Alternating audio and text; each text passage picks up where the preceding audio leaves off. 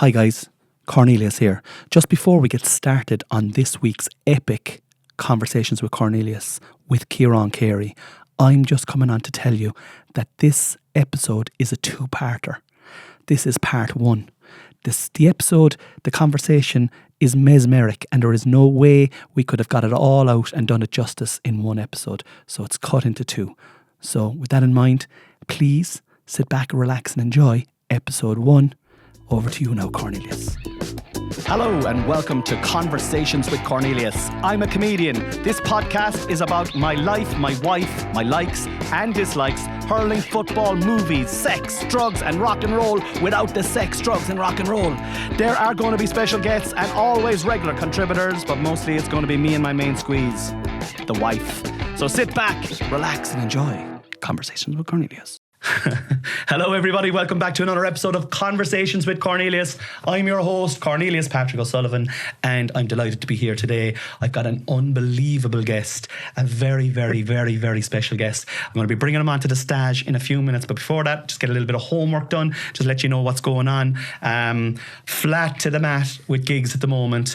Just announced a couple of new gigs, one in the Wave in Dingle, one in the Woodlands in Adair. You can get them on my website, corneliuspatrickosullivan.com. Between matches now and gigs and my family, I haven't time to scratch at the moment, and that's good because you'll be dead long enough. Do you know what I mean? And they're all things that I love doing, and I'm delighted to be doing them, and I'm not complaining about them. I'm grateful for them. Gratitude is an attitude.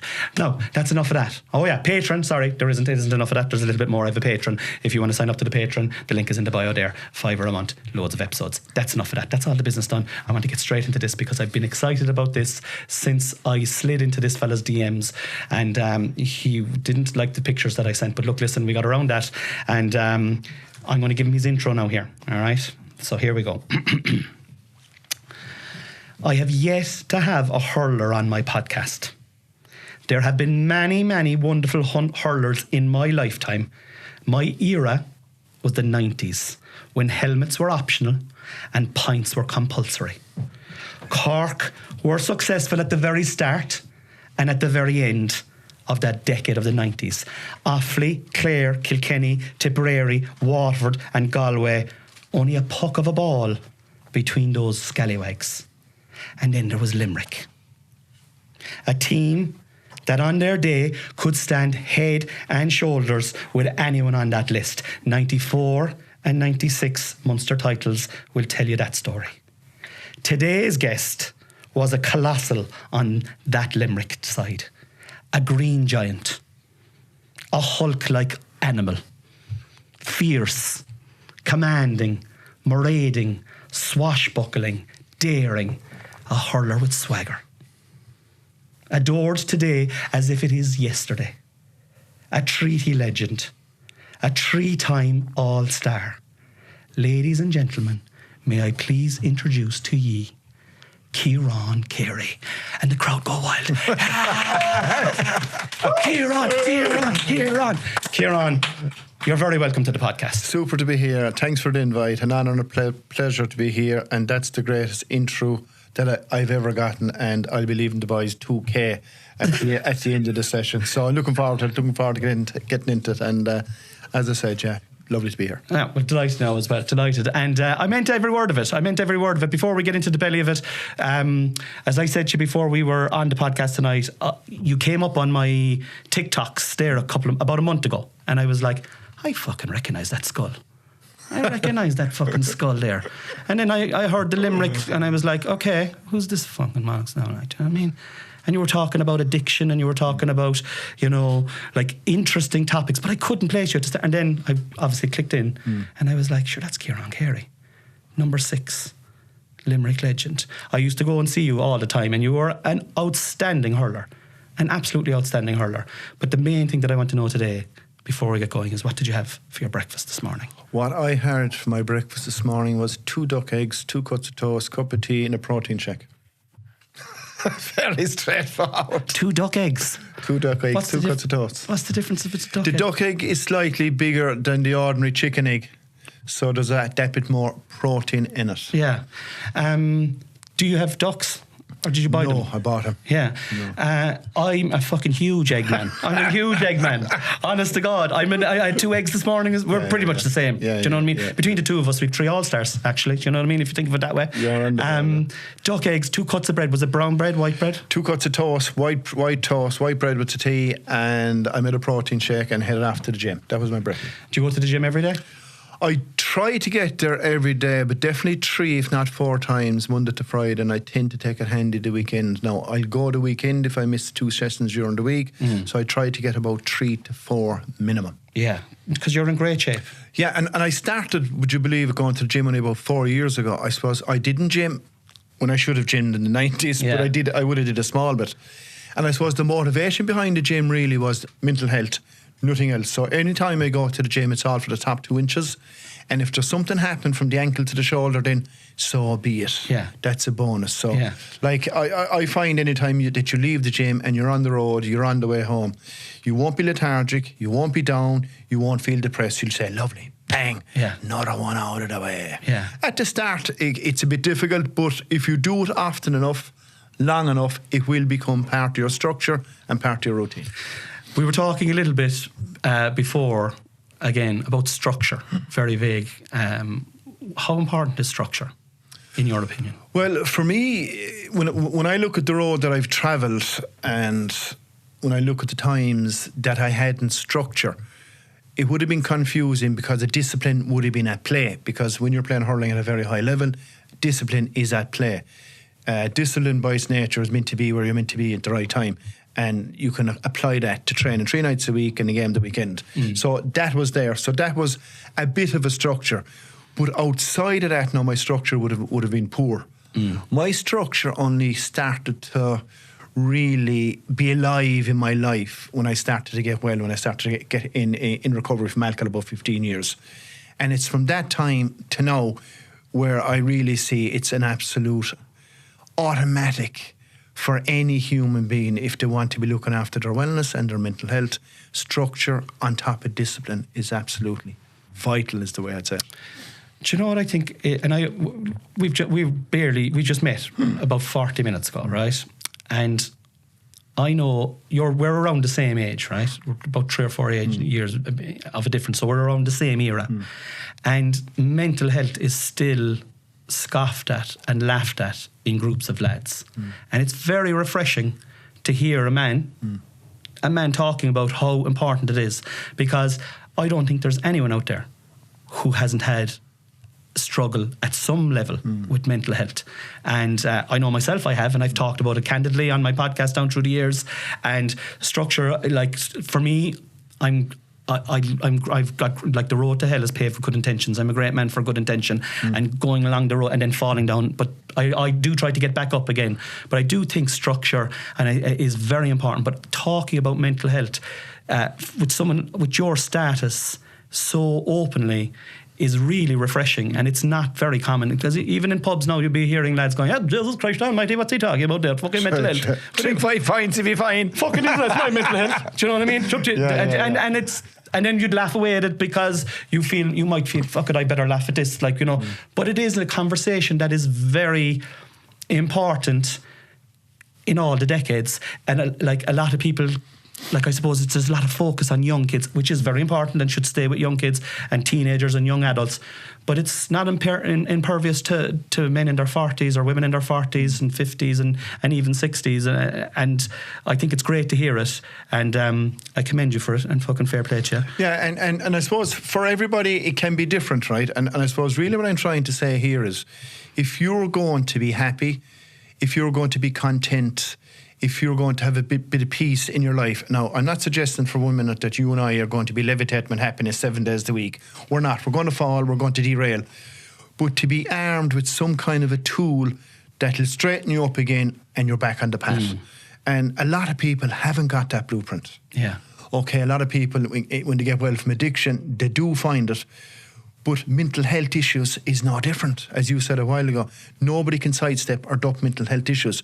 Whether it's a bit of bullying, whether it's a breakup from the marriage, whether it is depression, you're feeling low, you're not making the team. So you can pull them all out of the sky. So everybody will go through mental health issues. And unless then that you have some kind of a formula to get you out of it, then you will struggle from time to time.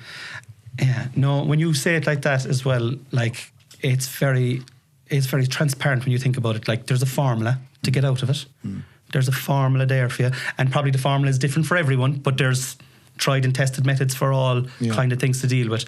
We're going to talk about that later on, but we're going to play the world famous game of Trending Topics with Cornelius Patrick O'Sullivan. Yeah, look, listen, if you wanted to sing along, the opportunity's gone now. I left it go.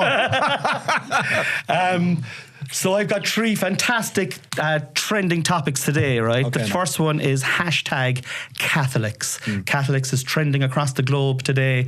When I was doing a bit of research for this podcast, I came across you in different interviews talking about your own relationship with God or with a greater being and stuff like that. Again, I talk on the podcast a lot about that, especially recently. I've kind of refound the big G myself in the last couple of months, and I'm praying, and I have my own relationship. I'm not a mass guy now, Ciarán. I don't know if you are, but maybe I might be in the future. And I was watching a Paddy O'Shea thing there recently where he was talking about where you can get good masses online. It was a bit of crack, and I think sometimes in the past religion was very serious when I was growing up, and you had to be very pious, and if you weren't, then you weren't a good Catholic. And I'm wondering where are your thoughts on that now? Yeah, and you made a very good point when we're back in school, in secondary school, right? And I suppose when you think of it, when they're talking about God, Jesus, the Blessed Mother, Patrick P and all that goes with it, it was probably forced, for want of a better word. And I suppose when you're young teens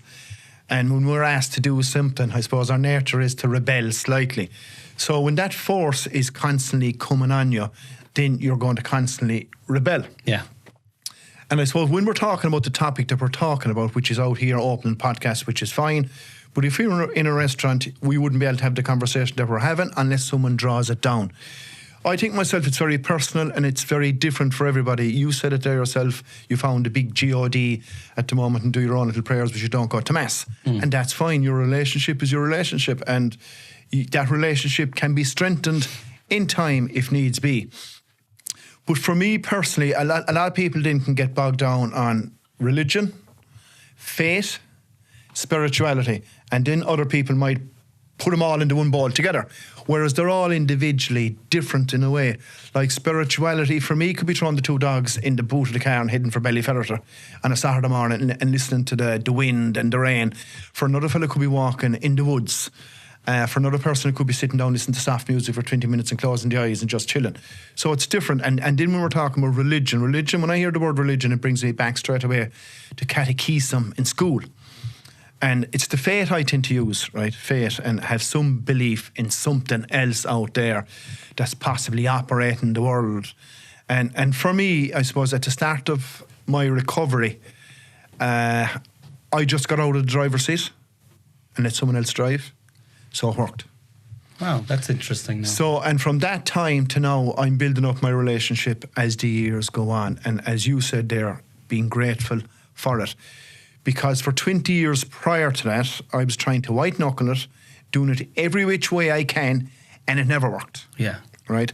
So all of a sudden, everything kind of happened at the same time. As I said, once I moved out of the way, I often say in the front seat, no, back in the back, out of the way, and let someone else drive and spot the signs, then it started, and then it happened. Very cool. But it can be different for everybody. Everybody's introduction is totally different. Hashtag Healy Ray. That's trending today.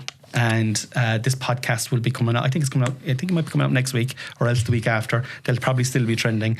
There was a vote of no confidence put together there yesterday because of the strikes that we had in there, or the protests that we had in the country. And that was on yesterday, and they got through. The government got through, and Michael Healy Ray and his brother Denny pulled the fucking handbrake. And I think, like, I'm going to fucking tell you now what I think before I ask you.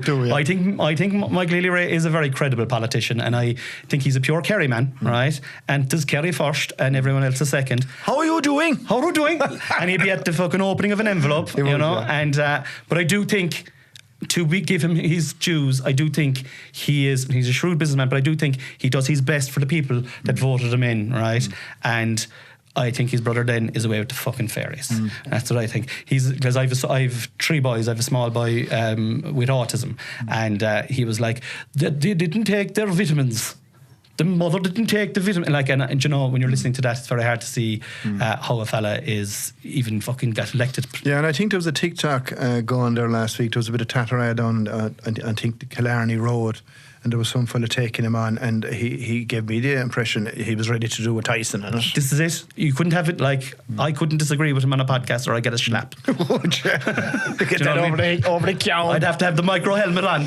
Yeah, but in fairness to the two of them, right, and I suppose they've nieces and nephews also that would be at council level, right? So there's obviously a Healy Ray machine down there that I suppose Papa, Daddy, Jackie, I remember meeting him back in the day too one time. So there's huge foundation poured there in the last number of years, and I don't know the facts how many times he's been elected, but I do know he's got in every time, top to vote on each occasion.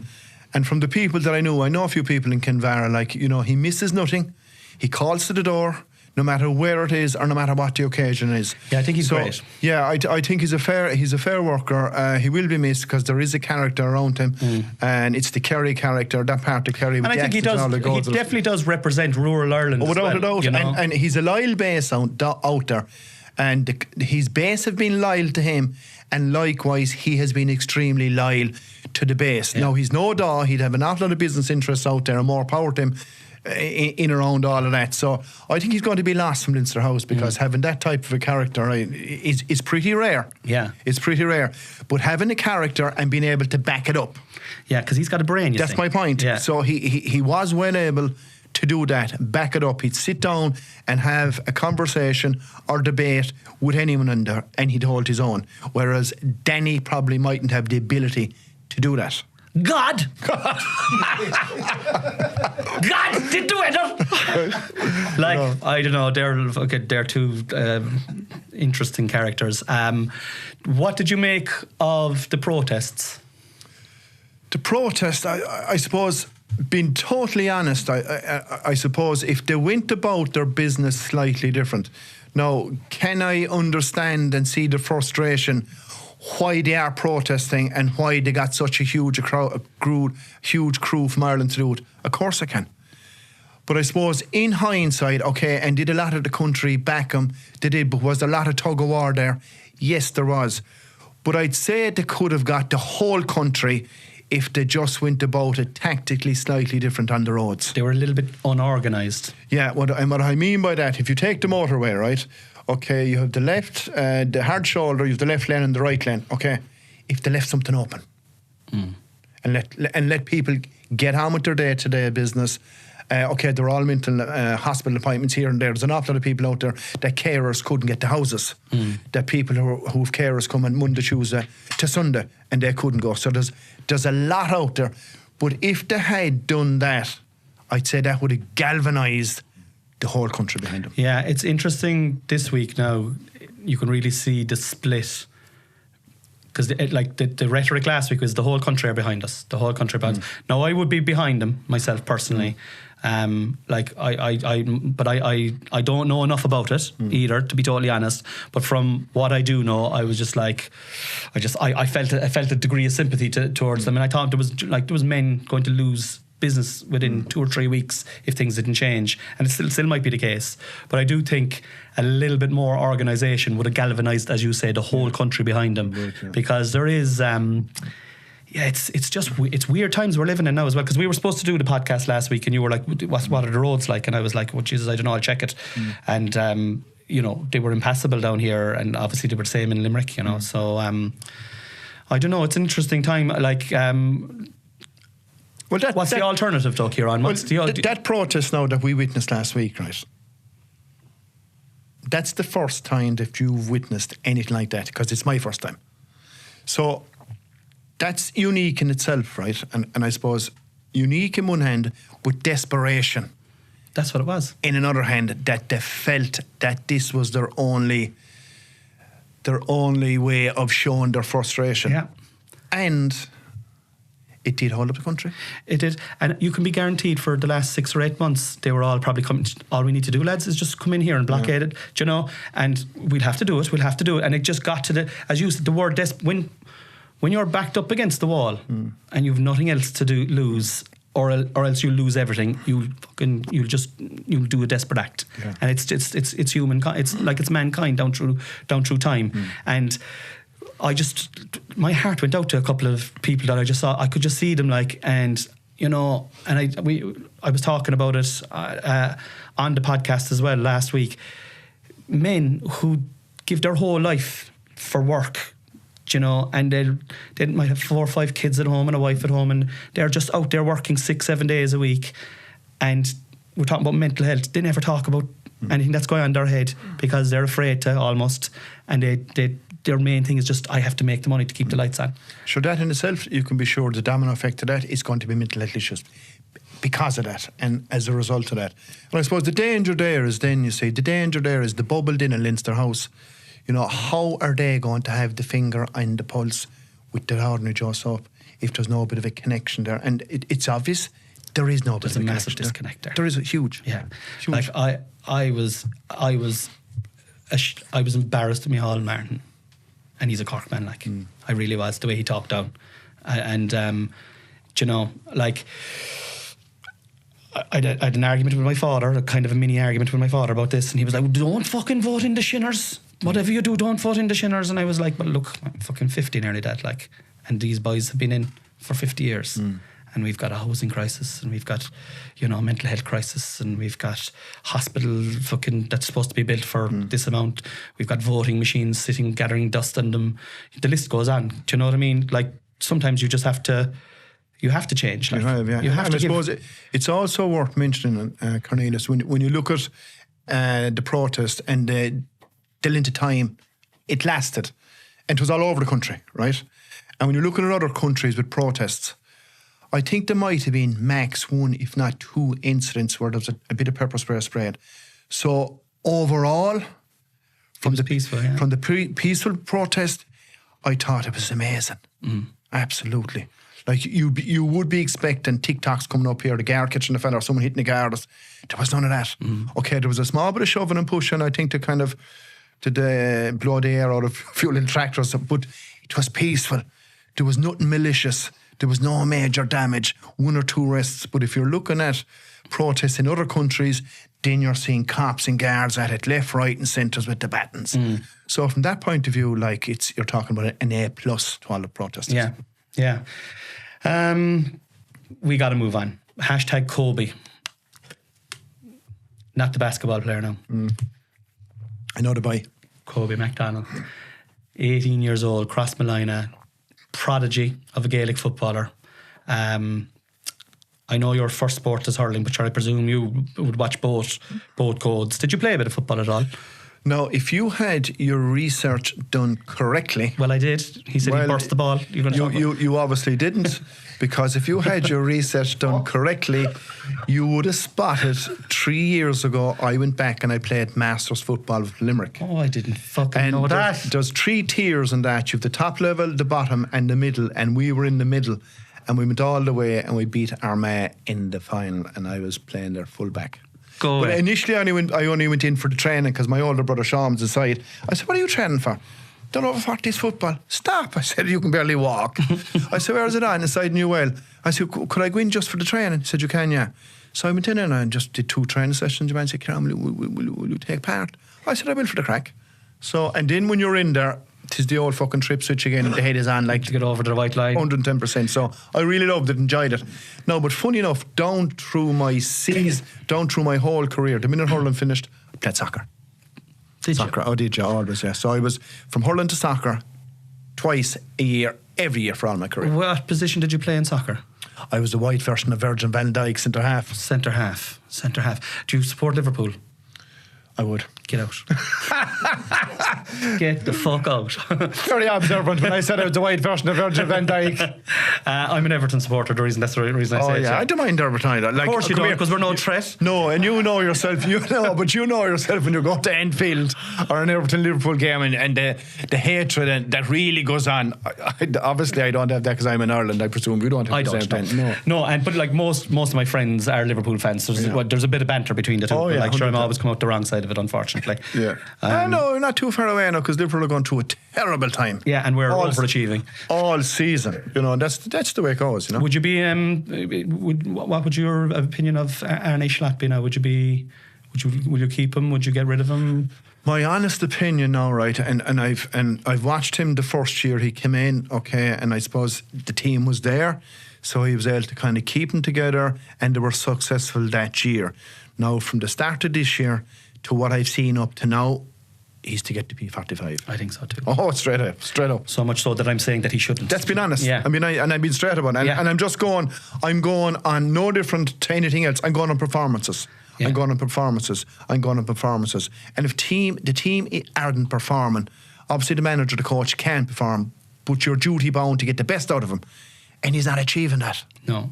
But you lost to PSG there now yesterday, got knocked out of the Champions League, and he played 5 at the back, and you were down 2-0. I'm following Liverpool since I'm 7 years of age. I didn't even watch that match last night. Really? Not a hope, because I knew there wasn't a hope they were going to cross the line. Yeah. I knew it. That's enough said then. Enough said. So, yeah. like, you asked me about Slot. No, and Dede. But you have to be ruthless at that level. Like. Yeah, and I think and to be fair, that's a ruthless business, soccer, right? Oh, it is. So, like, I mean, if you look at your man Frank, the Tottenham manager, he only got a couple of months. Yeah. So I do think that he did get. Well, but Liverpool, to be fair, traditionally, right, when you do size them up and you look at their transfers and you look at the managers they have for the last number of years, they will do their business nice and quietly under the radar here with Slot, and they'll treat him with respect, but they'll push him out nice and slowly. But there'll be no big deal about it. Yeah. I Who think. would you replace him with? Who, if Klopp wasn't coming back, I'd be putting Zidane straight in. What about Stevie G? He's definitely making overtures for us. No, not yet. No. If you were asking me if I had a choice in the morning to put the best manager, put Liverpool back on the tracks, who would I go for? I'm going to go for a proven manager that has it done, and he's 3 Champions League in a row done with Real Madrid. He's your baby. Can he speak English? It's irrelevant. But you're supposed to be fucking relevant. Goal, kick in goal. But they're all at that cracking the line, and yeah. Pep is fucking brilliant at this. Yeah. Pure bullshit, like. We didn't talk about Kobe at all. No, we'll come back to Kobe. Yeah. Come back to Kobe. What's your opinion on the situation with Kobe? We'll say, who's, for those of you who don't know, he's a prodigy footballer, son of the famous Ciarán McDonald. I'd say he was in your era. I'd say, and good bit of stuff too. Great footballer. Oh my God! And again, I would, if I was given him an intro, it would be very similar to yours. Yeah. Swashbuckling, played with no fear. Was always seemed like, even in tense situations, to have the freedom to be able to express himself. And his son is the exact same, possibly even better. And he is now he signed one of these pre-contracts with St Kilda. He's doing his leaving cert at the moment. He was involved with the Mayo senior footballers during the league. I predict he's going to have a big say on that team. I'd be starting him. He's that good. But then he's going to be shipped off, and we're not going to see a once-in-a-generational talent play for a team that, you know Mayo, it's like they're starved of success. It's so painful to even, like, I'm not from Mayo, but I think it must be so painful for his club to put so much effort into him on the way up and bring him up to the level. Now, he obviously has the talent and he had to do the work himself, but he had the facilities and the backing and all, and then he's going to be going away. Obviously, I can't blame the kid from a financial point of view and get a bit of an experience in a different country and different weather.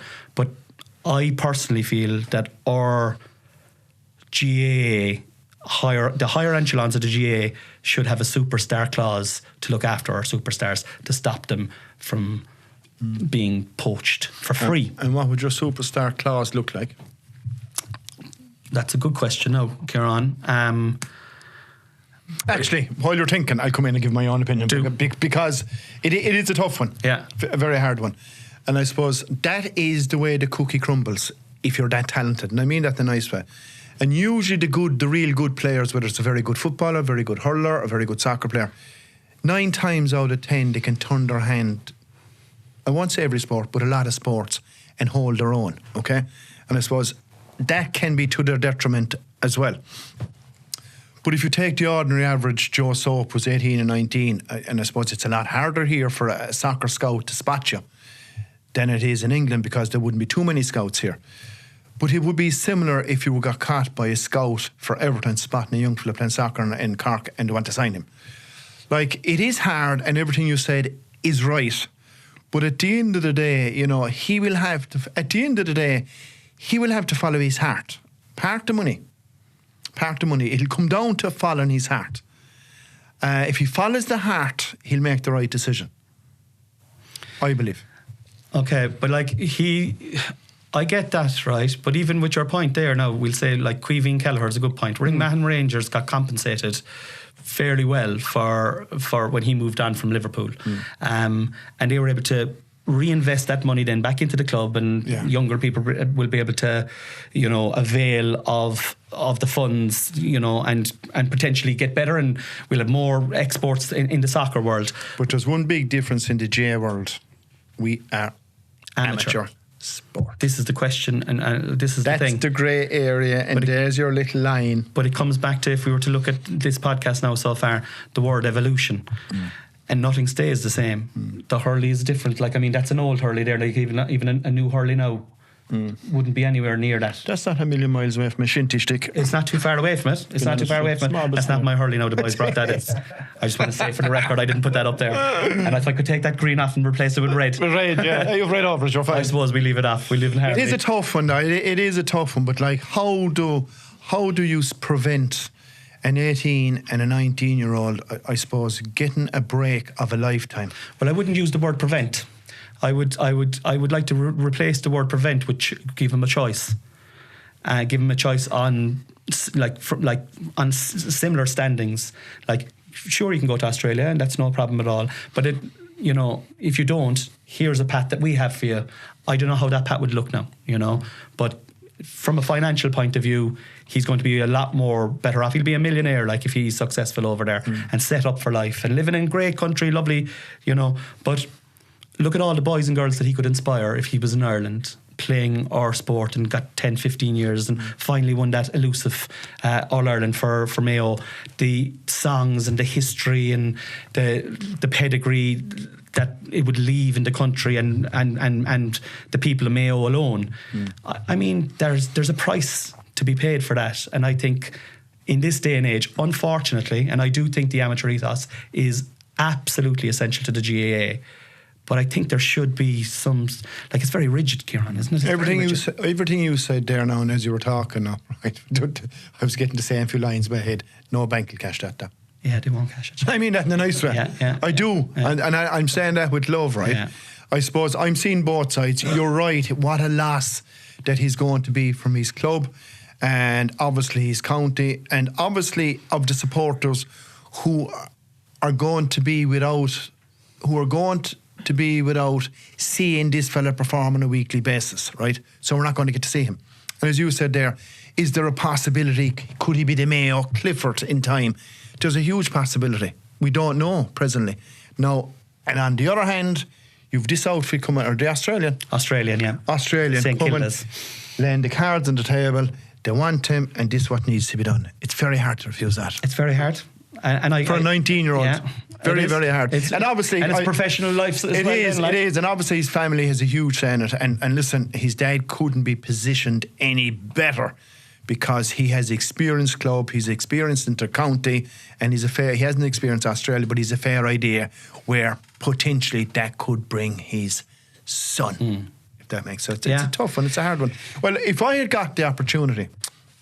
At 15 and 16 years of age, Ciarán, any chance you come over to Reading in 3 weeks' time, we want to have a look at you, I'd jump at it. Yeah. Straight up. Yeah. Because I love the soccer. Yeah. I would jumped at it. I suppose that's a good way of flipping it around.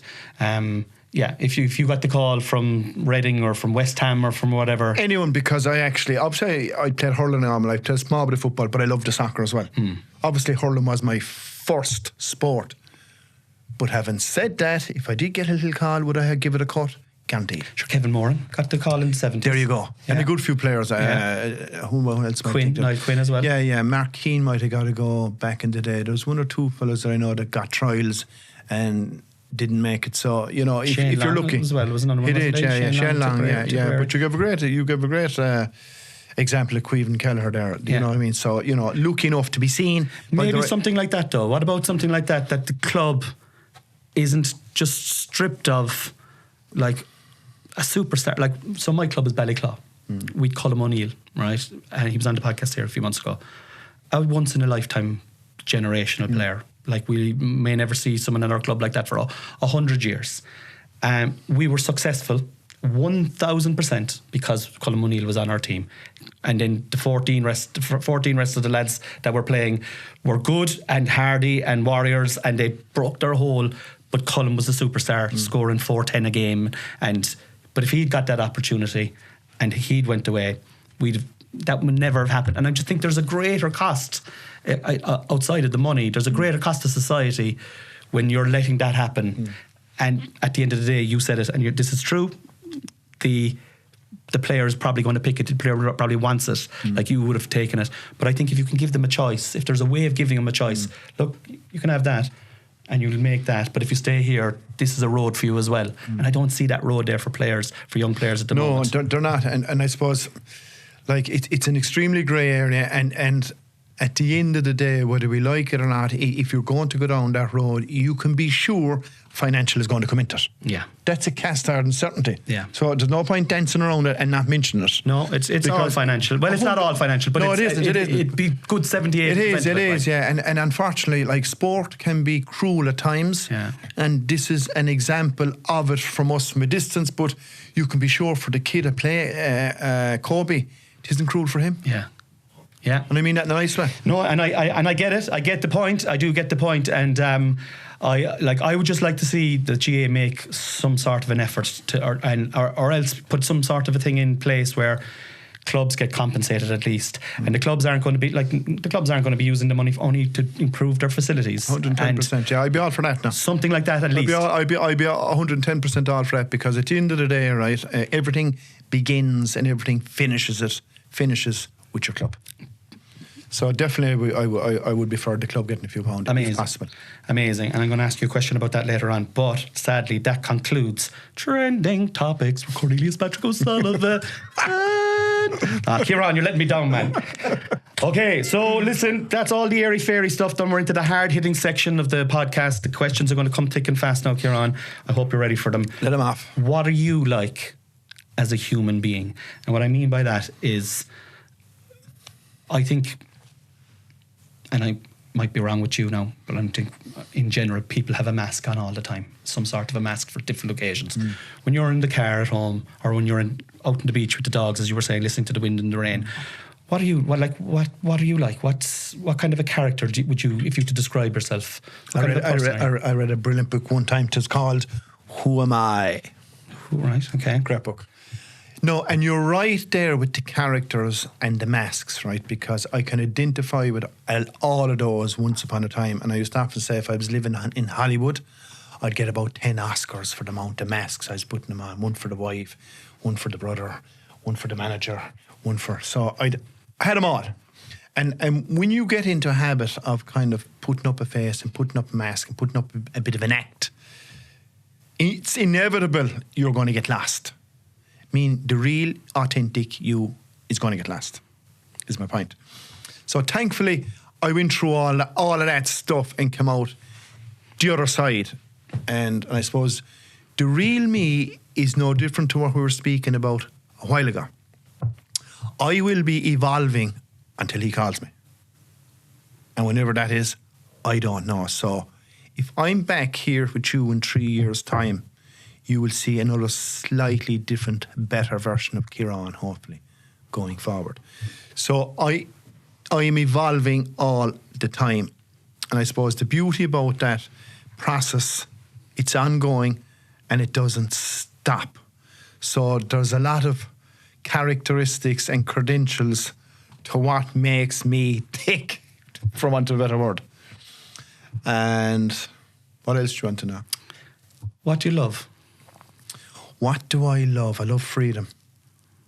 That's a good answer. Freedom. That's a good answer. Straight away. I didn't think twice about that one now, did I? Yeah. I loved a bit of freedom. Yeah, you doubled on that. I did, because when you're in addiction, you're in slavery. Yeah. And you're in misery. So when you're your own man, or you're your own person, you are going to be experiencing freedom all the time. Like, you and I can't go into Dunnes Stores tonight in Wilton and get 2 litre of happiness, 2 litre of freedom and a 2 litre of contentment. That will only come from the amount of work one does with self. Have you done a lot of work on yourself? I have, yeah. And still doing it. Still doing it. Freedom. Just before we move on there, we'll say, can you give me an example of how you feel free now and how you, as opposed to how you would have felt trapped in the past? Yeah, and I suppose I touched on it there with addiction. There's one example, right? And I suppose when you're trying to function in that, you're trapped in every area of your life. But I suppose the other area where I felt free would have been the field. In the middle of all my madness and dysfunction. That particular area, I was free. So I could be my real, true self. Even though you were surrounded by thousands of people a lot of the time. That was irrelevant. Never even came into it. Yeah. But that area of my life was the only time I could experience that type of freedom. And I suppose also when you're lucky enough that you can kind of get into the zone of your game, the zone of your sport, irrespective of the opposition or irrespective of the scoreboard, because that might have no reflection on exactly what you're doing. So there's brilliant freedom also in that. So it's only with in time and the road that I've travelled that I'm trying to get those experiences naturally. Wow. True living and true life, if that makes sense. I get my experiences unnaturally. Drinking a pint, I might smoke a joint every now and then, to be full disclosure. Food is my biggest addiction. I started the Monjaro jabs there a couple of weeks ago. My wife started them as well. What are they? The GPL, the fucking injections to stop you putting on weight and stuff like that. Oh, what are they called? What are they called? Ozempic. Ozempic. Yeah. Yeah. Good man, good for you. Just to try and get control, because I couldn't control it. I would honestly say I'm probably cross addicted, right? But not, well, maybe now, and maybe I'm not now. Would you have fallen into the category of a bit of comfort eating? Yes. Yeah, okay. All the time. Right, okay. And for every occasion. Yeah, okay. And for every, like 100%, I would say there's probably a lot of people out there addicted to food that don't even know they're addicted to food. 110%, no different to remote control. And I saw you when I was doing my research for this podcast. You have a long way to go now to reach ZZ Top. So if you're going to shake it, fucking shake it, right? Sorry, I didn't know you played football, Ciarán. That's right. But like when I was doing my research, I saw that, you know, in your clinics, and we'll talk about this again now later on, right? And you were talking about different types of addiction: cocaine, gambling, alcohol, weed, and you said food, and I was like, I'm delighted he said food. I'm really delighted he said food, because like food, a lot of the food that's out there is really poisonous anyway, and it's like I'm a comedian, so I will be out 4 nights a week, and I could be all over the country, and I'll come out of a gig at 11 o'clock. Chippers are closed at 11:30 mostly, and I will just get a chipper, man. I'll just be, and so that's why I've finally started this to turn the food noise off, and that's what it does. And it has other benefits as well, but we'll see how it goes. Yeah, but you can get into that rut very easy without you even wanting to do that. Correct. Because it's a necessity. You're after doing a gig. Okay, there's nothing that's there, but I'm fucking starving. I need to fuel the body because I don't want to be angry. Yeah. And so you're doing it, and next thing all of a sudden you're doing it, and you're doing it all the time. Yeah. So it becomes a habit, or might be addiction. No, but a lot of it is comfort eating, that, to be fair. Yeah. No, but you'll be solid and sound enough, because I know by your personality or character that you'll be okay, man. Good. Before we move on, I just want to ask one smaller thing about the freedom there. You love your freedom. like, what? Can you give me an example of what you do now that you absolutely love? That's kind of a unique, like not unique, but just something that, you know, like for me now, I'd like to, if I was trying to take the edge off, I'd like to go for a pint or something like that. And obviously, that's something that you're not going to do. Is like, and you mentioned your dogs earlier on. You mentioned the wind and sea air. Like, is there like what, like, how do you get fulfillment? Because sometimes I would think, if I gave up drink now, would I be very bored? Genuinely now, and I don't mean to, you know, to be disparaging, but would I be, not that I drink a lot now or anything like that, but like, is there a boredom that comes in at the start, or is that just, because I think that might be a fear for me if I said, fuck it, if I never drank again now, would I be bored, like on Munster final day or something like that? Is that a thing, or? No, but I suppose it's a bit like that word CHANGE, right? And I'm open to change and improve as a human being and as a person, and I will be for the rest of my life.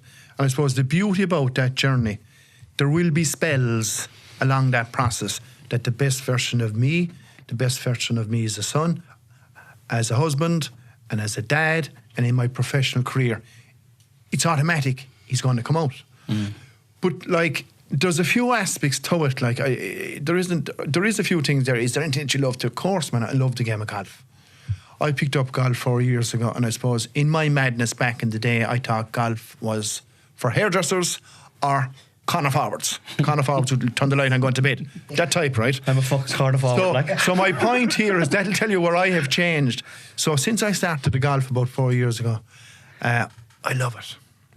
I love it. But when I'm talking about freedom, like, I had the freedom whether to drive up here tonight or not. So it applies in every area of my life. Okay. Freedom is there and it's alive. Yeah. And I suppose, even going back to your faith, like, the stronger I make my faith, also I'm going to be more free. So there's a few areas that I'm always kind of topping up. I'm obviously following the blueprint that suits me, but I'm also tweaking it and adding to it. Yeah. Like, I don't want to be perfect, and I never experience perfection. But if I'm hitting 9.5, that'll do me. Yeah. Do you know what I mean? Yeah. So once you're kind of hitting those areas, and about life, that's all it is. Life. Yeah. And not to get caught up, because I would have not to get caught up in the materialism, earthly possessions and money. And the opposite to that, then, you said at the very start, you said it about gratitude. I'm grateful. Gratitude for what? I have a house, I have a wife, I have kids, I have a job, I'm okay. You can't be in a bad Simple mood. stuff. Yeah, you can't be in a bad Simple mood stuff. when you're talking about gratitude. Stuff that you can take for granted. Do you know what I mean? Or stuff then that you can be pulled. And this is where actually real friends then come into play, versus who are not real friends and you're following the sheep. So there's a lot at play, but it still comes back to, I believe, not in an egotistical way, but being your own man. Being your own man. And I suppose spiritually opened and spiritually seen and spiritually open, whereas I often say I was spiritually blind and spiritually deaf. I absolutely love that answer, man. Thank you. If that makes sense. It makes perfect sense. Okay. Thank you. What are we doing for time? I haven't a clue. It's fascinating. Next question. So to me now, right? This is just for me, right? For me, you seem to be fearless. Even now, from what I've been watching online and talking to you tonight, but when you were playing hurling as well, I always thought you played in a real carefree, fearless way. Is that a reasonable observation for me to make? Yeah, and funny enough, now I don't think I've ever heard anyone describe it like that, but you are on the ball. And I suppose I've only twigged this in recent years, actually, right? I'm applying the exact same characteristics that I would have had on the field now in my life and in my journey, if that makes sense. And I wasn't able to dot the I's across the T's, I'd say, until I was ready to see it. Yeah. If that makes sense. And then now that I can see it, yeah, and I think your description is pretty right, like, you know, because I'm kind of free enough old spirit, and during the whole pile that would rattle me. Yeah. If that, it's a really cool thing to see, and it's like, because I think a lot of people live in fear. Like, again, I would say that's the part of me that goes through life a little bit afraid of certain things that may happen or may not happen, or you know, scenarios. And I have seen it in you, and like, and I just want to recount something that I saw when I was doing the research for this podcast. Yeah. When you were manager of Patrick's Well and your nephew was doing his leaving cert. Do you remember that story? I do. Do you want to say it? No, you can remind them now. So for those of you who don't know, right, one of the best hurlers that has ever wore the green jersey for Limerick is currently playing. Ciarán Lynch is his name. He's like a wizard. He's absolutely insane. He genuinely is.